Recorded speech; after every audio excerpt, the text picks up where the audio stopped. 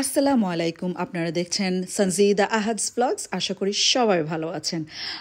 আমাদের এদিকে আয়দার আব্বার শরীর ভীষণ খারাপ, প্রচণ্ড জ্বর, কাশি আর বমিও হচ্ছে, সাথে কিছুই খেতে পারছে না। তো হঠাৎ করেই বলল চিকেন স্যুপ যদি খেতে পারতাম মনে হয় ভালো লাগতো। আর যেই কথা সেই কাজ, আমি তড়ি ঘড়ি করে লেগে গেলাম চিকেন স্যুপ বানানোর জন্য। তো যাই হোক, প্রথমে একটা হাঁড়িতে সামান্য একটু তেল দিয়েছি, গার্লিক কুচি দিয়ে একটু ভেজে নিয়েছি। তারপরে আমি 6 পিস আন্দাজ লেগের মাংস একটু সামান্য ফ্রাই করে নিয়েছি। তার মধ্যেই তো আমি 4 লিটার পরিমাণ পানি দিয়ে দিচ্ছি, সাথে একটু গোলমরিচ আর লবণও দিয়েছিলাম ভাজার সময়। তো এটাকেই আমি প্রায় 1 ঘন্টা আন্দাজ আমি বয়েল হতে দেব।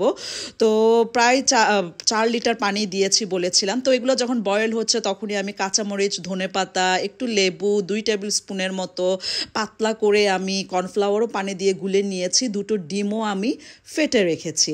তো সামান্য একটু ভিনেগারও লাগবে, সেটাও বের করে রেখেছি। তো পানি মোটামুটি 1 ঘন্টা পর আমার চিকেনটা বয়েল হয়ে গেছে। তখন এর থেকে এখন আমি চিকেনগুলো আলাদা করে নিলাম। এখন আমি আস্তে আস্তে মাংসগুলা ছাড়িয়ে নেব হাড্ডি থেকে আর কি। তো এই তো আমার মোটামুটি মাংসগুলো আমি শ্রেড করে নিয়েছি, আর বয়েল যে চিকেন স্টকটা আমি বের করে নিয়েছিলাম ওটার মধ্যে এখন আমি ঢেলে দিলাম। এই তো এখন কিছুক্ষণ আমি আবারও সিদ্ধ হতে দেব। তো আস্তে আস্তে আমি নেক্সট প্রসেসিংয়ে চলে যাচ্ছি। যখন এগুলো আবারও একসাথে বয়েল হচ্ছে, আস্তে আস্তে আমি আমার স্বাদ বাড়ানোর জন্য যা যা দেওয়ার তাই দিতে থাকবো।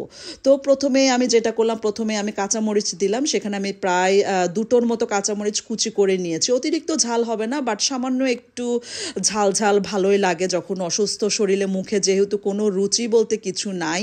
তো সামান্য একটু আমি টেস্টিং সল্টও দিয়েছি, আর এটা কিন্তু নর্মাল সল্ট ছিল।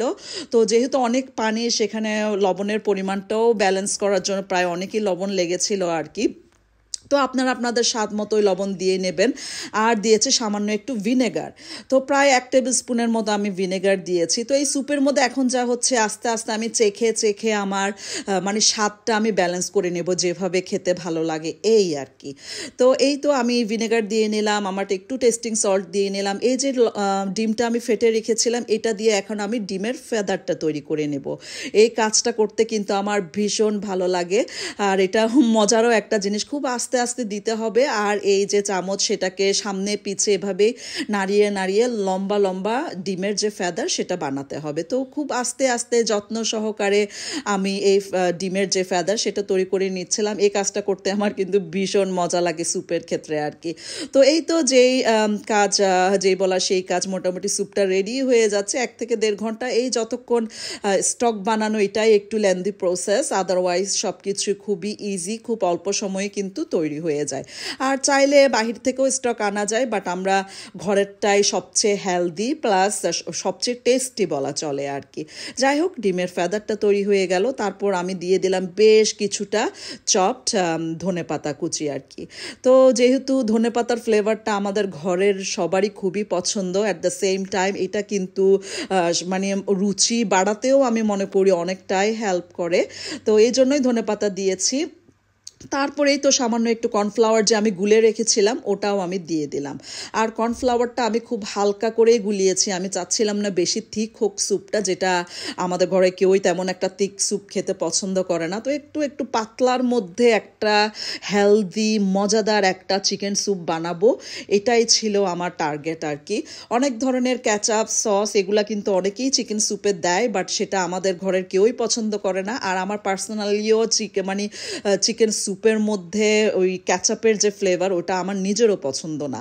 তো যাই হোক, অনেকটাই আমি লেবু চিপে চিপে দিচ্ছিলাম ও আর কি। এখানে আমার লাইম ইউজ করেছে, আমার বাসায় লেমন ছিল না, তো লেমন দিলে আরও ভালো হতো। লাইমটাও অনেক মজা লেগেছে। যাই হোক, এই তো মোটামুটি এই আমার হয়ে গেল আমার চিকেন স্যুপ, আমি ঢেলে নিয়েছি। তো যাই হোক, চিন্তা করছিলাম আর কি যে আয়দার আব্বার ভালো লাগবে কি না। ও কিছুই কিন্তু খেতে পারছে না, প্রচুর বমি হচ্ছে।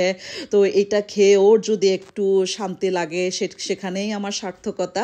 তো মোটামুটি দেখতে খুবই সুন্দর, আমি ঠিক যেমনটাই চেয়েছিলাম অমনটাই বানিয়েছি। তো খাওয়ার পর দেখলাম বেচারা আসলে খুব মজা করেই খেয়েছে আসলে, মাশাল্লাহ। আর শরীরটাও একটু ভালো হবে এটাই ভাবছি আর কি, ওইটা খাওয়ার পর, যেহেতু অনেকটাই হেলদি আর নিউট্রিশিয়াস। তো যাই হোক, এই ছিল আমার একটা স্যুপের রেসিপি। আশা করি আপনাদের সবার ভালো লেগেছে।